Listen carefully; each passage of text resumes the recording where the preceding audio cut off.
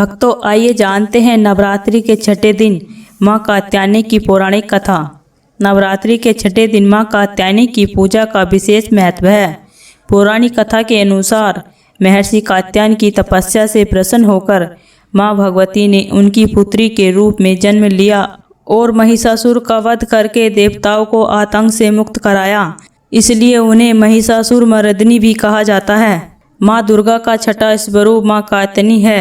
देवी भागवत पुराण के अनुसार उनका जन्म महर्षि कात्यायन के घर हुआ था, इसलिए उन्हें कात्यायनी नाम मिला।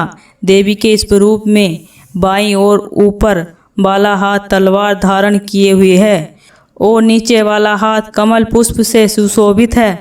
वहीं दाईं ओर का ऊपर वाला हाथ भव्य मुद्रा में और नीचे वाला हाथ वर मुद्रा में स्थित है। मां कात्यायनी की पौराणिक कथा।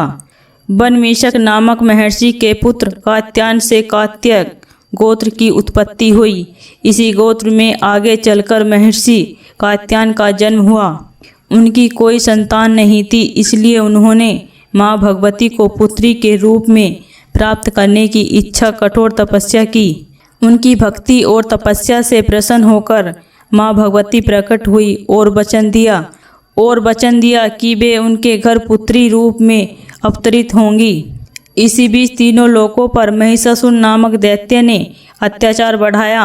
उसके आतंक से परेशान देवताओं ने ब्रह्मा, विष्णु और महादेव से सहायता मांगी। तब त्रिदेव के तेज से प्रकट होकर मां ने महर्षि कात्यायन के घर जन्म लिया।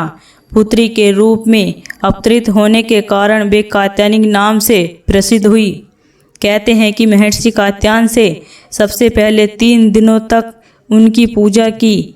इसके बाद देवी ने संसार को महिषासुर, शुभ, निशुभ और अन्य राक्षसों से अत्याचारों से मुक्त कराया।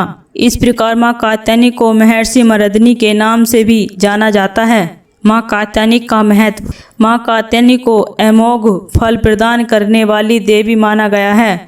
कहा जाता है कि ब्रज की गोपियों ने भगवान कृष्ण को पति के रूप में पाने के लिए मां कात्यायनी की आराधना यमुना तट पर की थी।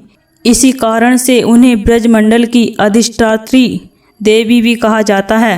भक्तों, इसी तरह की वीडियो को देखने के लिए इस चैनल को सब्सक्राइब करें और वीडियो को लाइक करें।